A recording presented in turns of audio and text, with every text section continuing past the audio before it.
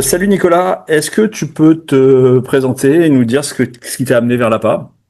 Salut Jean-Cyril. Déjà merci pour l'accueil. Rapidement, me présenter, je suis Nicolas Odabakian, je suis kinésithérapeute, je suis enseignant APA, et puis je suis aussi formateur pour l'INK en tout ce qui touche autour de la thématique de l'activité physique adaptée, la sédentarité et certaines pathologies ou maladies chroniques qui sont en lien avec tout ça. Ce qui m'a amené vers l'APA, en fait, c'est que dans une ancienne vie, avant d'être kiné, j'étais enseignant APA. C'est peut-être pas très original, mais en fait, j'ai fait le master STAPS avec la mention activité physique adaptée, et c'est ce qui m'a donné cette première casquette dans la prise en charge de certains publics.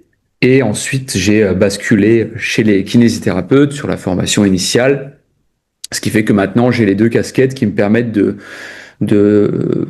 dispenser et de développer des projets en lien avec la lutte contre la sédentarité et redonner goût aux Français, au mouvement, à bouger, au sport, à toutes ces notions-là.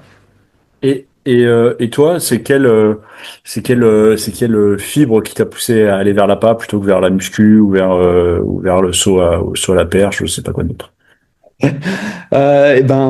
En fait, dans un cursus STAPS, en fait, tu as le choix entre devenir prof d'EPS ou entraîneur sportif, prépa physique, ou développer aussi des projets de coordination avec tout ce qui est projets territoriaux. Et puis, tu as aussi cette possibilité d'aller vers l'activité physique adaptée. Donc, c'est la branche plus orientée santé de la filière STAPS. C'est quelque chose qui m'a toujours botté, de prime abord. Moi, je les regardais de loin, les kinés, et ils étaient hyper attractifs, et c'est un monde que on va y revenir, mais ce syndrome de l'imposteur, des fois, il est solide et il s'accroche. Et dans un premier temps, j'avais pas la prétention de devenir kinésithérapeute. Et c'est vrai que dans mon passé, quand j'étais sportif, à un niveau plutôt correct, c'est vrai que j'étais parti plus vers ce monde-là. Et il y a eu cette possibilité. Et puis après, de fil en aiguille, je me suis retrouvé dans le vrai monde de la santé avec les kinésithérapeutes. Et est-ce que tu peux nous expliquer ce que c'est que l'APA assez simplement et la différence aussi entre l'APA et une prise en charge kiné classique? Ouais, J'ai ouais, ouais, bien l'impression qu'il sûr. y a plein de kinés qui font de l'APA sans savoir qu'ils font de l'APA. Et ils me le disent souvent en formation continue sur la thématique. C'est vrai que certains me disent, mais en fait, tu vois, je faisais déjà de l'APA, ou un peu d'APA, mais sans structure, sans comprendre tout le contexte, tous les enjeux, tout ce qu'il y a autour de ça. Mais ouais, on a un peu de ça en nous dès le départ. Le tout, c'est de le faire ressortir. Là, il faut ouvrir les vannes parce que les kinés ont trop ça en eux, quoi. Mais pour revenir à ta question initiale, qui était la définition de l'APA, en fait, est simplement, c'est ça toute la difficulté de cette question, tout simplement l'APA, donc activité physique adaptée, c'est c'est une notion qui permet, en fait, c'est un outil qui permet aux bénéficiaires de cet APA de parvenir à réaliser des mouvements, des activités, des sports, des loisirs, en groupe si possible, sans se retrouver en situation d'échec. Et la situation d'échec que ce public, dont je ne te parle pas encore trop, mais un public souvent fragile, isolé socialement, à la marge du monde sportif ou du monde du mouvement, qui sont peut-être même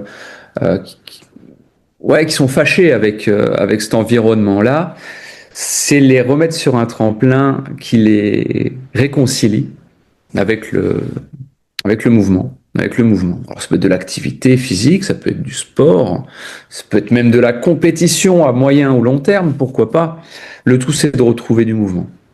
Et ça va passer par toute une structure technique, didactique, pédagogique, qui est l'APA, et qui va ensuite les remettre les remettre en selle, si possible avec autonomie, pardon, euh, sur de l'activité, sur de la pratique.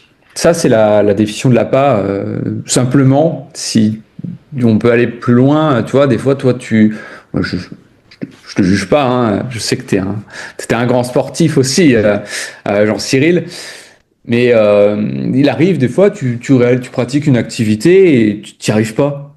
Ça peut t'arriver de te retrouver complètement en situation d'échec parce que la réglementation, parce que l'intensité, parce que la fréquence qui est imposée, elle te met en difficulté. Et ça, je suis quasiment sûr et certain que ça peut te démotiver. Alors je dis toi ou quelqu'un Ouais, non, mais d'autre. c'est pareil, hein, je suis pareil, ouais, je suis pareil. Et ça m'arrive aussi, hein, Mhm.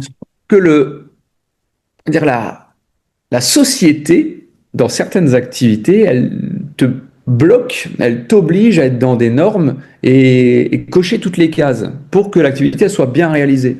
Donc forcément, si le curseur de difficulté il est trop haut, ou de compréhension, il est trop haut, forcément, plein de personnes, elles vont s'en détourner. Comme toi, comme moi, sur une activité qui est trop compliquée. Et s'en détourner, si déjà t'es sédentaire, que t'es fragile, que t'as peut-être des pathologies qui sont existantes, tu vas pas y retourner avec le sourire ou tu vas pas y retourner du tout. Et l'APA, comme c'est pas que de l'activité physique, mais de l'activité physique adaptée, cette réglementation, cette intensité, cette proposition, elle va être totalement sur mesure à la personne pour qu'elle y arrive, pour que cette situation d'échec, elle passe directement à la poubelle.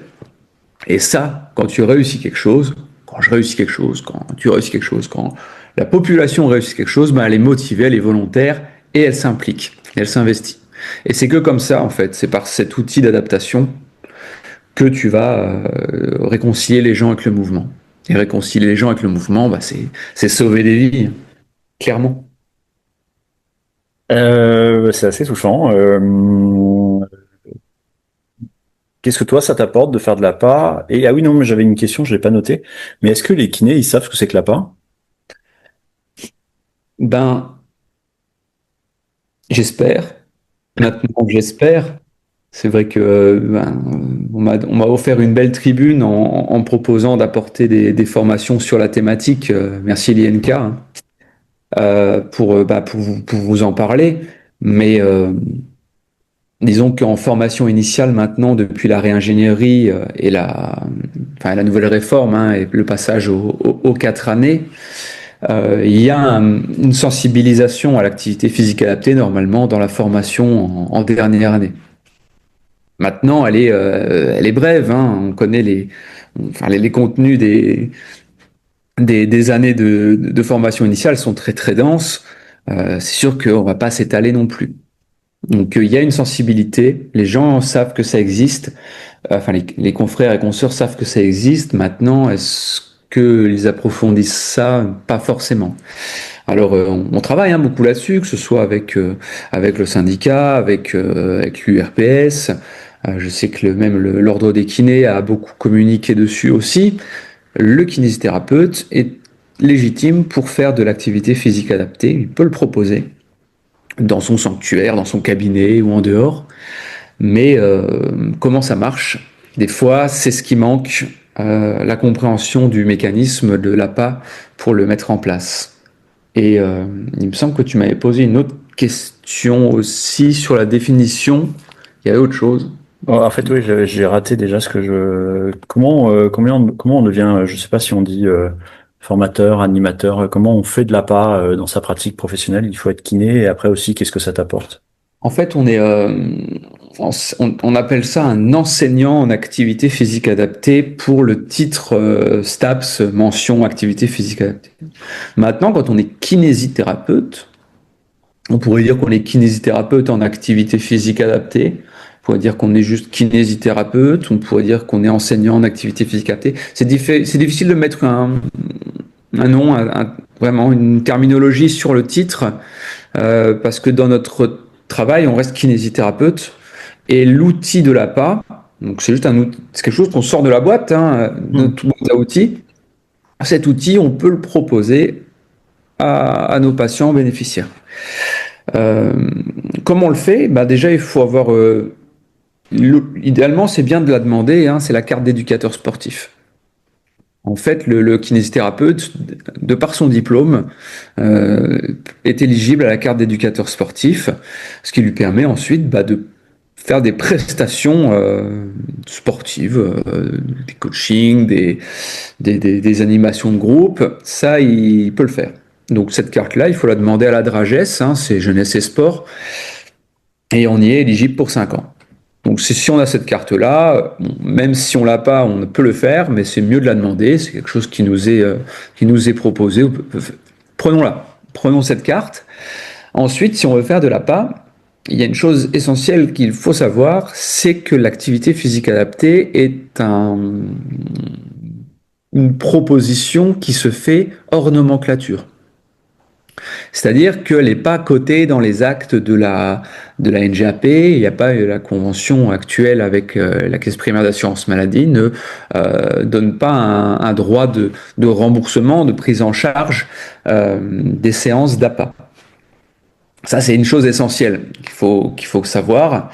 Par contre, il y a d'autres canaux de financement, hein, de prise en charge pour que les personnes n'aient pas ou peu de, de reste à charge.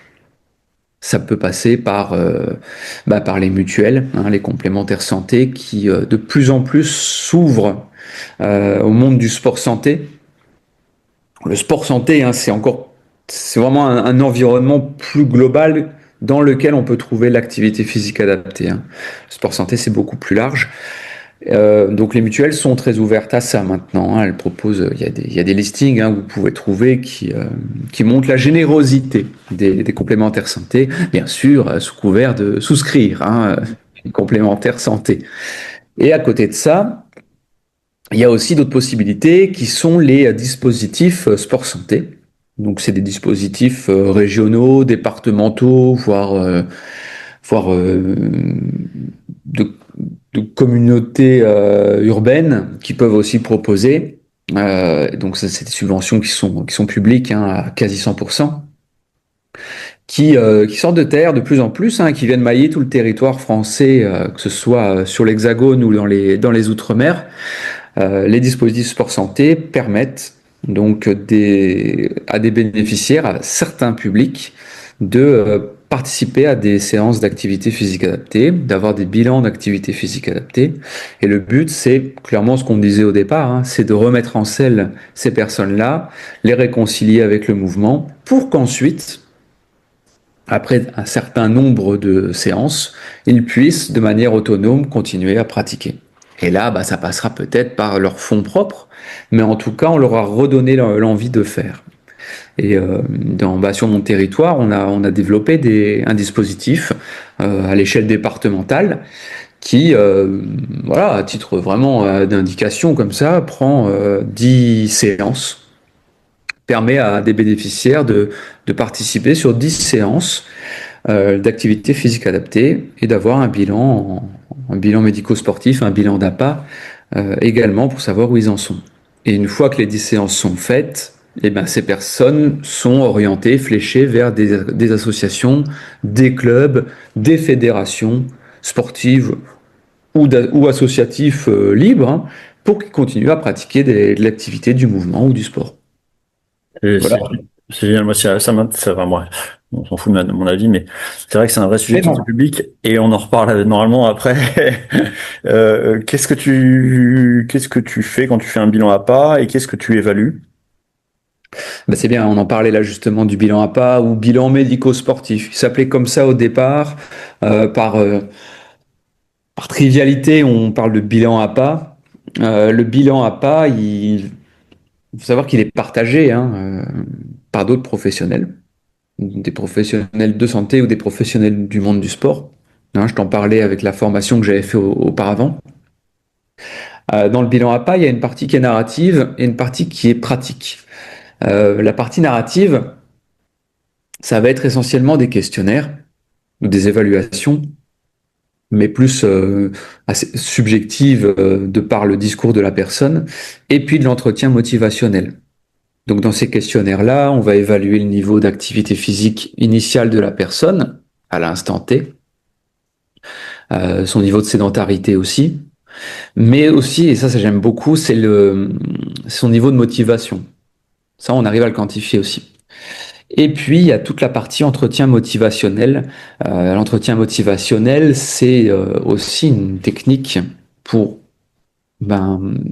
avoir vraiment de la, du discours, du témoignage du bénéficiaire sur ses envies, donc les leviers qui pourraient nous permettre ses envies, ses objectifs, ses attentes, et trouver aussi les leviers qui donneront peut-être plus de chance à nos propositions. Mais on va aussi estimer les freins. Les freins, tout ce qui pourrait, on va dire, dissuader, être un peu réfractaire pour la personne, lui faire peur, l'inquiéter. Tout ça, c'est important de le notifier aussi, parce que le service que l'on va proposer doit vraiment être sur mesure. Faire de l'activité physique comme ça, comme en salle, comme en club, de manière, on va dire généralisée, ça peut pas prendre. Ou si ça prend, c'est assez exceptionnel. Il faut vraiment l'adapter. Donc ça part déjà d'un bilan sur mesure. Donc on a le narratif et on a la pratique. Et le bilan pratique, il va faire ressortir les capacités et pas les déficiences, ce qui est un peu notre orientation de kinésithérapeute. Souvent, on préfère faire ressortir le négatif, la douleur, la limitation fonctionnelle, l'incapacité, tout ce qui est négatif, la maladie, le mal, le noir, le sombre, le triste. Et maintenant, nous, on fait ressortir dans le bilan médico-sportif tout ce qui est capacité de la personne, tout son potentiel, en fait. Justement, pour savoir qu'aujourd'hui, elle a ce potentiel-là, je vais lui proposer ça. Et peut-être qu'à distance, sur un prochain bilan, intermédiaire au final, je arriverai à lui faire développer des capacités encore nouvelles ou celles qu'il avait déjà ou qu'elle avait déjà, je vais pouvoir les améliorer. C'est plutôt dans ce sens-là. Et c'est là que je reviens sur le bilan narratif où il y a l'aspect motivationnel qui est quantifié. Et c'est là que ça évolue le plus. Et ça, c'est passionnant. Vraiment passionnant d'avoir ces évolutions. Ça évolue chez les patients, tu veux dire, pas scientifiquement, c'est-à-dire que tu vois les évolutions entre les différents bilans, quoi. Okay. Ouais, c'est ça, vraiment sur le plan du patient. Parce que scientifiquement, je peux chercher, je peux chercher, je trouverai aucune étude scientifique actuelle qui te dira l'activité physique, c'est pas bon, quoi, c'est mauvais, c'est dangereux. À part pour une personne qui a une fracture ouverte en pleine hémorragie, là, lui dire de faire du trampoline, c'est peut-être pas adapté. Je suis d'accord. Maintenant, tout est possible. L'activité physique est vraiment bénéfique sur tous les plans. Donc ça, c'est important de le mentionner. Et l'évolution, par contre, sur la personne, tu vas de bilan après bilan, je dirais qu'elle est encore plus importante que les normes. Tu sais, quelles sont les normes pour une personne, parce que dans le bilan pratique, on va évaluer par exemple l'équilibre bipodal ou unipodal, yeux ouverts, yeux fermés. Quelles sont les normes? Et souvent en formation, les stagiaires, en tout cas les apprenants, me disent mais on a besoin de savoir absolument les normes de ce qui se dit dans la littérature parce que je me sens pas bien si je le sais pas. Alors je leur donne les normes, effectivement, on les cherche, on les trouve, ils les connaissent déjà, mais je vais leur dire la norme dans ce cas concret, dans ce cas précis où une personne fragile qui présente déjà beaucoup de difficultés, est-ce que son bilan initial, je vais la confronter en mettant un gros tableau des normes à côté d'elle? Pourquoi pas, si vraiment j'ai envie de la motiver, peut-être que dans mon bilan initial, la personne avait envie vraiment de savoir. Et le trois quarts du temps, ils n'ont pas envie de savoir. Ils vont déjà se confronter à eux-mêmes. Et la meilleure norme que j'aurai, bah, c'est celle de l'initiale que j'aurais fait le 8 décembre, que je vais comparer à celle que j'aurais fait, enfin, au bilan intermédiaire que j'aurais fait le 8 janvier ou le 8 février. Et là, on pourra déjà commencer à discuter et à se confronter. Mais com- comparé à la norme d'une personne valide, euh, c'est, ça n'a pas tant de sens que ça. Mais c'est important de les connaître. Voilà. C'est important de les connaître au moins pour savoir où la personne elle en est. Mais lui dire non, pas forcément.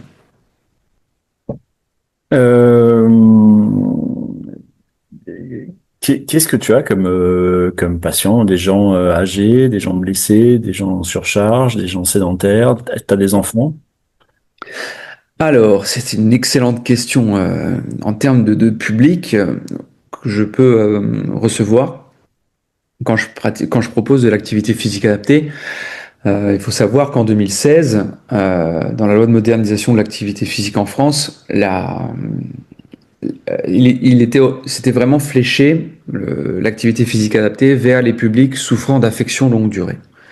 Donc là, affection longue durée, c'est LD30, LD31 ou LD32. LD30, c'est tout ce qui sera vraiment figé hein, et immuable, comme le diabète, comme Parkinson, comme des pathologies d'hypertension, des choses qui sont assez récurrentes et qu'on retrouve souvent dans nos cabinets.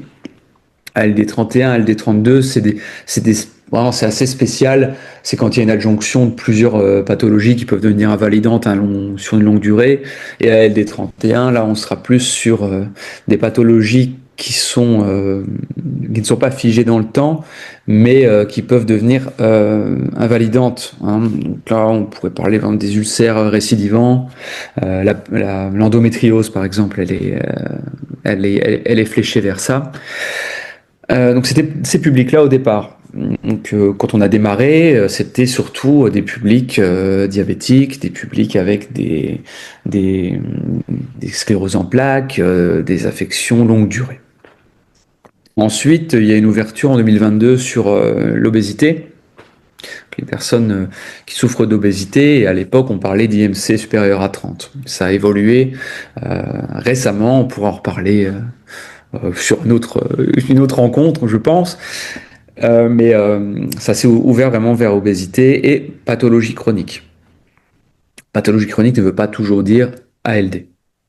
Et donc là, on a eu vraiment eu beaucoup de personnes avec de l'obésité dans nos prises en charge. Et maintenant, ça tend vers de nouvelles ouvertures qui peuvent être tout le public féminin avec une santé mentale altérée. Ça peut être des personnes qui souffrent de troubles musculo-squelettiques liés à leur profession. Ça peut aussi, comme tu l'as dit, maintenant s'étendre à la pédiatrie, à l'enfance, parce que on se rend compte que de plus en plus d'enfants sont sédentaires. Hein, on parle d'enfants d'intérieur, euh, et c'est un vrai risque de santé publique aussi. Donc là, le panel il devient vraiment gigantesque parce qu'on s'est rendu compte, enfin, les instances se sont rendues compte qu'il y avait énormément de risques à ne pas pratiquer d'activité physique et que ça pouvait, il serait temps maintenant de se lancer dans la prévention. Donc là, les publics, je te dirais, moi, en ce qui me concerne, beaucoup de personnes en obésité et beaucoup de personnes âgées. Voilà. C'est vraiment ce qui me concerne moi.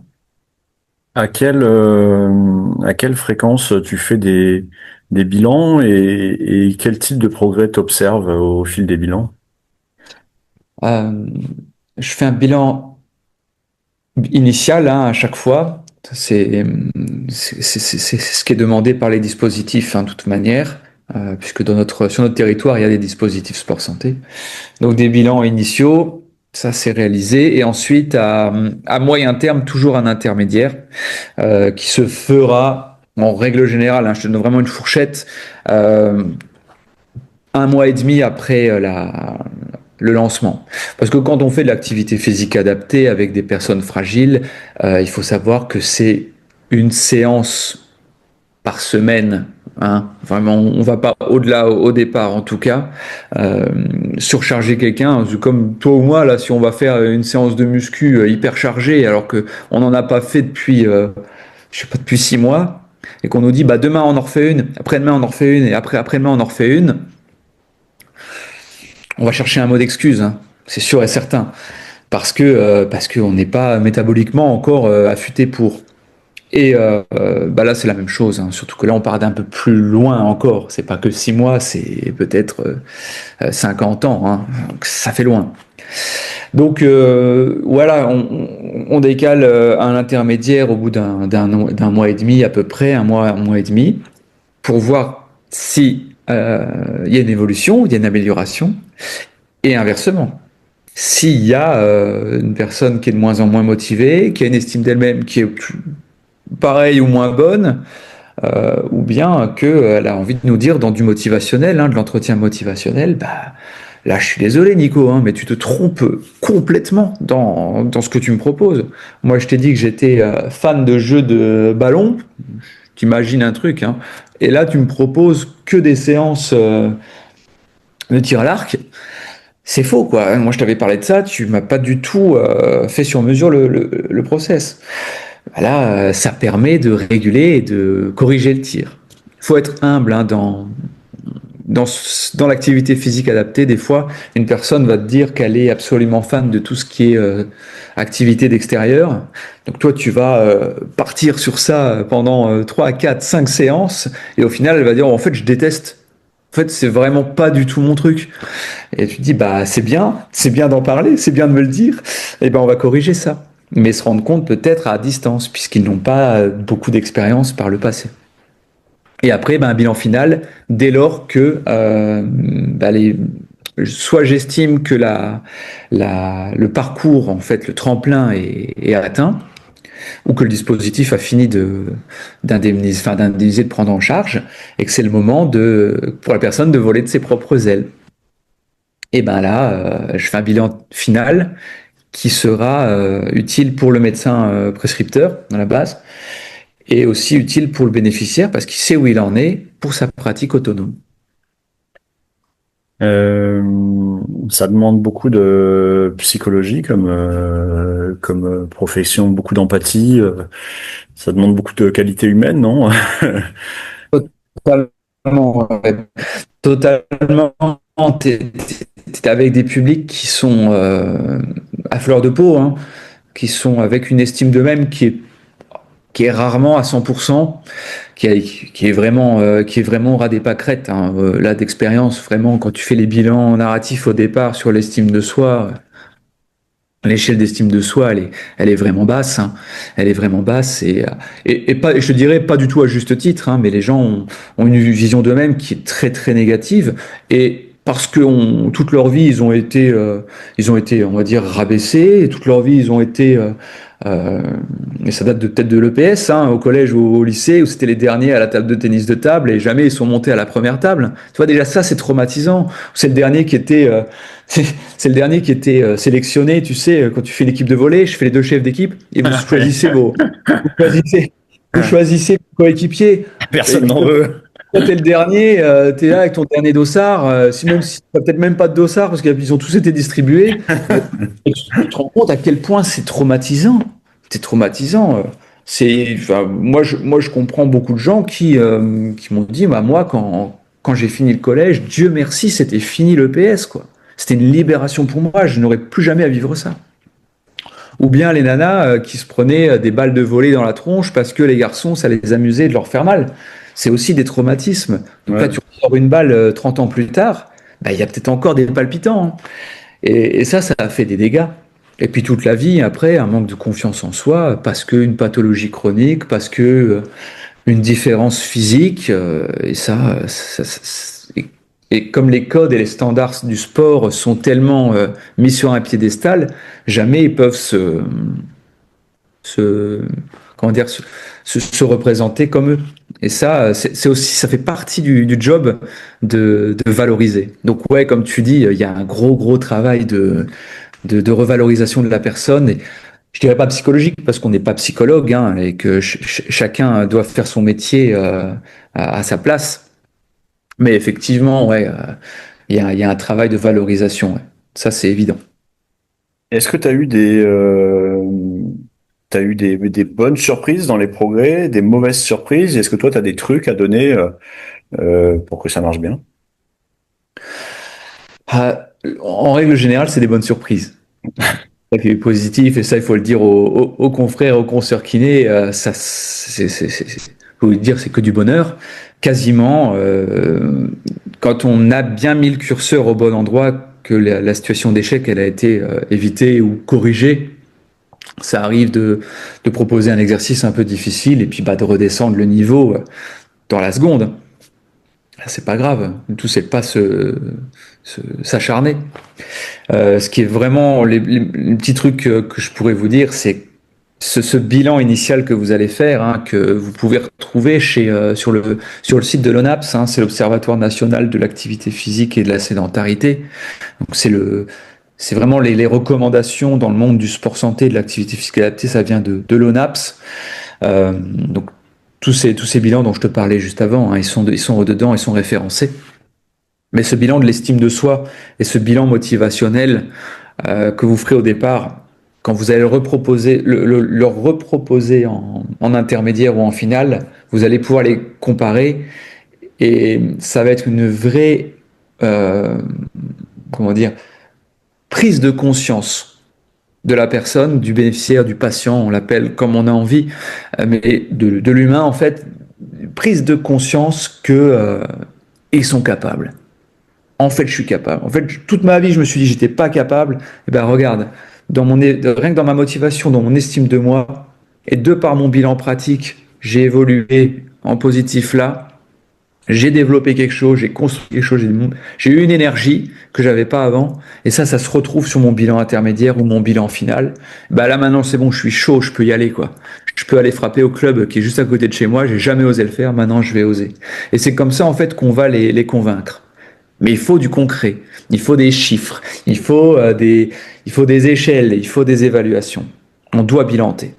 Et c'est quand même notre spécialité, hein. On est kinésithérapeute, on est des professionnels de santé, on sait bilanter et ça, bah, le bilan il permet ça, hein. Il permet de valoriser la personne. Ça c'est vraiment le truc qui marche bien. Du négatif, bah ouais, il y en a toujours, hein. On n'est pas dans un monde de bisounours, hélas. Du négatif, il y en a dans chaque parcours. Il y a des personnes qui vont décrocher. Alors, il faut être humble, hein. C'est peut-être aussi de notre faute. Peut-être qu'on n'a pas su cerner la personne. C'est sûr. Des fois, ça arrive. Des fois, il y a des erreurs de parcours ou de proposition. C'est évident. Et des fois, on peut pas plaire à tout le monde. Moi, j'aurai ma méthode, j'aurai ma manière, j'aurai mon identité dans l'appât. Et toi, tu auras ton identité dans l'appât. C'est très important, comme chacun a son identité dans la kinésithérapie, dans sa manière de poser ses mains, dans sa manière de réaliser des exercices, de mettre en place des protocoles. Chacun est différent. Et puis dans sa façon d'être, tout simplement. Donc des fois, ça marche pas. Et puis, il y a aussi ben, le fait que c'est des pathologies chroniques qui peuvent être dégénératives. Et, et là, bah, là, on est face à la réalité aussi, hein. On n'est pas tous égaux face à la maladie, on n'est pas tous égaux face à, à la prise médicamenteuse qui peut être plus difficilement vivable que par certains ou d'autres. Et ça peut être des freins à la pratique aussi, c'est sûr. Ah, c'est comme ça que ça se passe, hein. Et puis des fois, il y a des moments plus durs que d'autres. Ouais. Mais c'est notre métier, c'est notre métier. On est là pour les bons et les mauvais moments. C'est hyper, c'est hyper valorisant comme métier en tant que kiné, non? Ouais, ouais, en fait, bah, bon, déjà le métier de kiné c'est génial, hein, et super, quel beau métier. Je suis très content d'être passé du côté obscur, comme j'ai dit au départ, quand j'ai fait ma passerelle. Mais rajouter l'outil de la passe, c'est vraiment chouette parce que en plus de ça, tu as le groupe. J'en ai un tout petit peu parlé avant, mais autant en kinésithérapie, bon, les prises en charge sont individuelles, hein, ou bien tu vas avoir une ou deux personnes dans le même environnement, mais qui feront pas du tout le même exercice. Là, tous ensemble, vers le même but, dans le même sens. On a peut-être des capacités différentes, hein, mais c'est pas grave. On va tous œuvrer sur la même consigne avec des adaptations. Donc cette émulation du groupe, cette énergie que crée le groupe, c'est merveilleux, c'est splendide parce que ça permet aux gens d'aller encore plus loin, de se dépasser. Et encore une fois, comme c'est des gens qui sont souvent isolés sur le plan social, c'est leur moment aussi de se retrouver avec d'autres personnes et c'est merveilleux. Hein. Le groupe, c'est merveilleux. C'est génial. Mais la problématique du groupe, c'est qu'il faut peut-être des fois pousser les murs dans nos cabinets. C'est pour ça que c'est possible de faire de la part en dehors. On peut se rapprocher des municipalités pour qu'ils mettent en place un créneau dans une salle communale. On peut potentialiser les extérieurs. On peut profiter des maisons sport santé hein, qui sortent de plus en plus de terre aussi sur tous les territoires. Il y a énormément de possibilités. En tout cas, l'argument du j'ai pas de place au cabinet, on peut plus l'entendre. C'était juste le moment maintenant de sortir du cabinet, justement. Et ça fait du bien de sortir du cabinet aussi. C'est encore une question qui m'est venue, mais t'as des gamins de 6 ans, t'as des gamins de 6 ans, et comment t'intègres des gamins de 6 ans avec quelqu'un qui est obèse et quelqu'un qui a 80 ans? Alors, ça, dans ma pratique, jamais. Jamais. Le, Tout bénéficiaire mineur n'est pas intégré dans un groupe de majeurs. Et on a déjà on s'est déjà posé la question hein, pour des mineurs de 17 ans. Là, on est à la frontière, hein, ça joue à quelques mois. Nous, par précaution, on préfère que les adultes restent entre adultes et les enfants ou les adolescents presque adultes, en tout cas, restent dans ces créneaux-là. Alors, là, on peut débattre, hein, ça Ouais, peut être non, c'est pas. praticable. Ouais. Là, je dirais c'est plus dans une logique réglementaire pour éviter d'éventuels problème de rapport à l'adulte et à l'enfant. Tu vois, là-dessus, nous, on est hyper vigilant avec ça. Voilà, c'est un choix, c'est une politique interne. Voilà. Et t'as des enfants très jeunes? Moi, je n'en prends pas du tout en charge. Je fais que de l'activité physique adaptée avec les adultes. C'est un choix? C'est un choix, c'est pas. Un choix. C'est un choix, absolument. C'est un choix qui est pas du tout figé, fermé. C'est possible que je propose par la suite des choses avec le monde plutôt pédia, mais je le fais pas. Après, il y a énormément de possibilités hein, qui s'ouvrent à nous, surtout là avec la stratégie nationale sport santé, la toute dernière qui vient de sortir, qui s'intéresse vraiment au monde de la pédiatrie, surtout chez les enfants en surpoids et en obésité. Et ça, ben, on pourra peut-être en parler sur une prochaine réunion. Exactement.